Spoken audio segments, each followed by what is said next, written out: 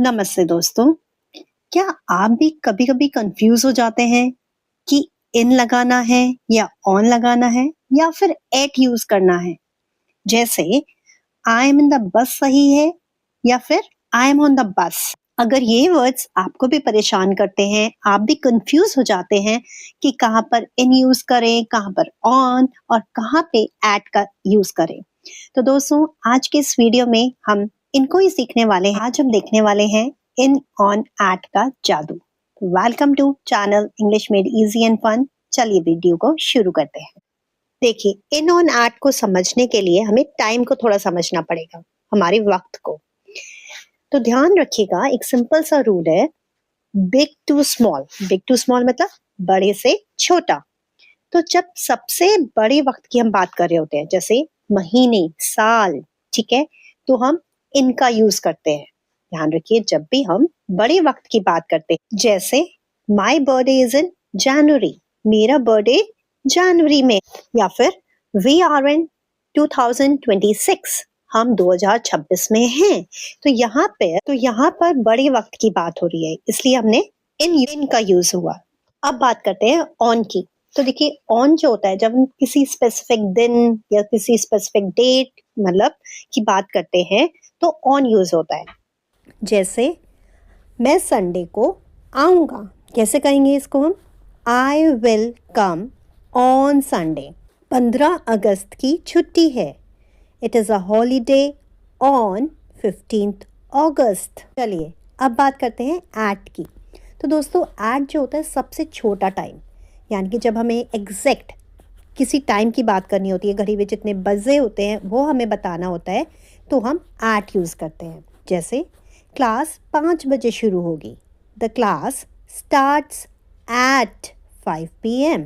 तो दोस्तों, अभी तो हमने समझा इनको टाइम से रिलेटेड।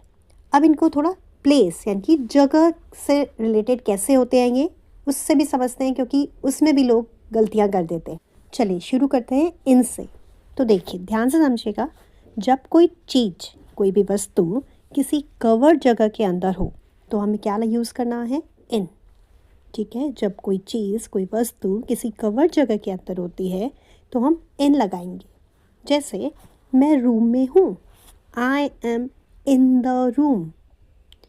पानी बॉटल में है, water is in the bottle. जब कोई वस्तु, कोई चीज़ किसी सतह के ऊपर रखी होती है या उसको टच कर रही होती है, तो हम ऑन यूज़ करते हैं। जैसे मोबाइल टेबल पर है, the mobile is on the table. तस्वीर दीवार पर है, the picture is on the wall. अब समझते हैं एट को।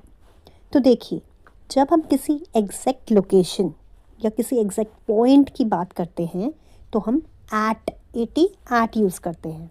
जैसे दरवाजे पर कोई है, someone is at the door.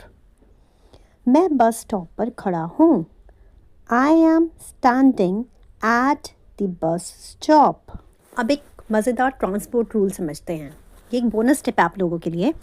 देखिए, जब आप किसी ऐसे वाहन में बैठे हैं जिसमें आप घूम फिर सकते हैं, जैसे मानिए थोड़ा बड़ा व्हीकल होता है, जैसे बस हो गई, ट्रेन है, तो उसमें आप अपनी सीट से उठ के इधर उधर जा सकते हैं, तो वहाँ पर आप ऑन यूज़ करेंगे। लेकिन अगर आप किसी ऐसे वाहन में हैं जिसमें आपको अपनी सीट पे ही बैठे रहना पड़ेगा, जैसे कार है आपकी या फिर ऑटो होता है, तो वहाँ पर हम इन यूज़ करते हैं।